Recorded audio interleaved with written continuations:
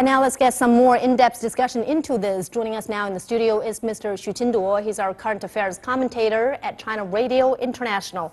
Welcome to the show, Mr. Xu. So Japan and the U.S. appears to be seizing the remainder of the Obama administration to renew and reinforce their security ties. How do you interpret both sides' intentions in the recent series of moves? Well, I would say both countries benefit from this cooperation, a military alliance, let's say. You know, for Obama administration, the featured policy, foreign policy of this administration is Asia, pivot to Asia strategy, which is later renamed as rebalancing strategy. So Japan has played a role of the anchoring of this strategy, basically in terms of to counter the rise of China. So Japan played a very important role.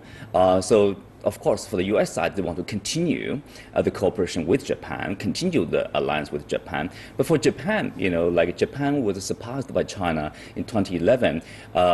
Basically, they lost the position of the second largest economy to China. And also, Japan has problems, territorial disputes with China, with South Korea, problem with North Korea, and territorial disputes with Russia. So of course, they have a need, they have a real need probably for the protection of the U.S., so the U.S. military presence. Mm-hmm. And secondly, I think, you know, this meeting happens against a backdrop of uncertainty because they are in the U.S., you know, the transition basically to the White House is ongoing.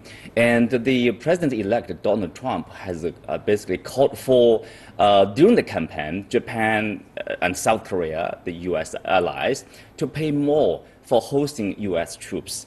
And this is disturbing for Japan. Japan said, yeah, we can discuss, you know, security capabilities, but not the financial burdens. I think we have paid enough, probably. That's the majority of this fee, of this cost for hosting U.S. troops of 50,000 U.S. soldiers in Japan is basically taken care of by the Japanese side. Mm-hmm. But this is uncertainty here. Yeah. And military experts are saying that Japan has one of the world's strongest militaries. Then why it feels the need to remain under Washington's security umbrella? And can it really face to the changing dynamics in the region on its own? Well, good question. You know, if you look at the U.S.-Japan military alliance, itself is actually a remnant of the Cold War period of time. At that time, the alliance basically was used to fight against the influence of the former Soviet Union, you know, so-called socialist camp at the time. So basically, you know, Japan was occupied at the end of the Second World War. So basically, you know, whatever U.S. side, they will follow. But as the Cold War ended, but their alliance continued. So far, you can see, you know, like the U.S. benefits actually a lot from such a relationship here.